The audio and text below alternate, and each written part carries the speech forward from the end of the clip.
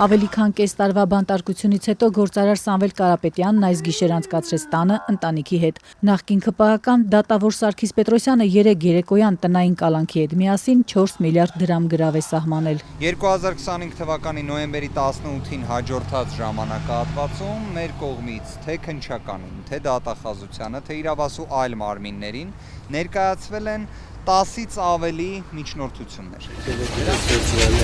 Իշխանության զավթման կոչի ու տնտեսական հանցագործությունների համար մեղադրվող գործարարին աջակիցները ծափերով դիմավորեցին։ Նրան ոստիկանական ավտոմեքենայով Երևան կենտրոն քրեակատարողական հիմնարկից ուղիղ տուն տեղափոխեցին։ Կարապետյանին արգելված է բացի ընտանիքի անդամներից շփվել այլոցեր։ Սահմանափակումները հաղորդակցման ինտենսիվ կերպով կիրառված են։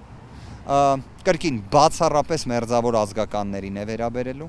եւ ըստ էության նաեւ կարծես խոսքի ազատության սահմանափակում է նախատեսված։ Երեկոյան բանտի մոտ 60-ամյա գործարարի ազատ արձակմանը սպասելիս նրա փաստաբան Արամ Վարդևանյանն ասաց՝ ի հայտ են եկել նոր հանգամանքներ, ինչից ելնելով էլ դիմել էին հակակոռուպցիոն դատարան։ Որ քննիչը մեր կողմից ներկայացված միջնորդությունները, որոնք վերաբերում են իրենց պարտականությունների կատարմանը, խոչընդոտելու իբրև ռիսկի նվազմանը,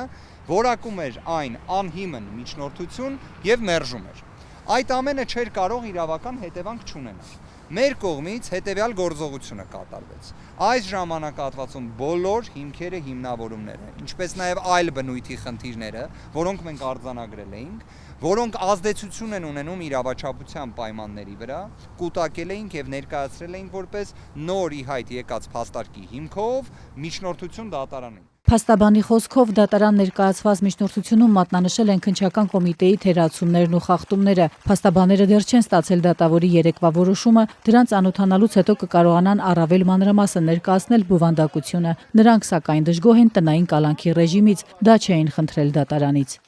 Տնային կալանքը նույնն է ինչ կալանք։ Իր ռեժիմի, իր սահմանափակման տեսանկյունից մենք խոսում ենք կրկին ինտենսիվ սահմանափակման մասին։ Հետևաբար այստեղ հատուկ շնորհավորանքներ ես չեմ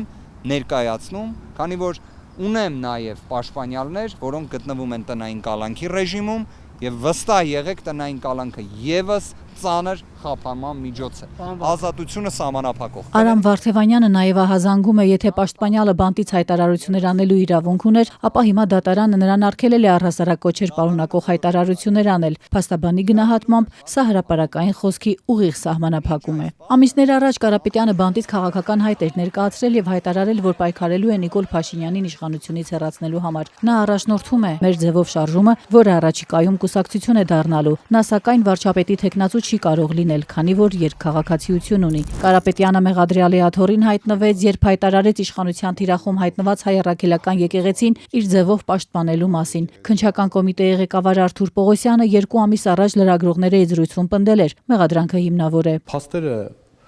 կներկայացվի ժամանակ, երբ որ գործը հրապարակային դառնա, այդ փաստերը կներկայացնենք, դուք այդ ժամանակ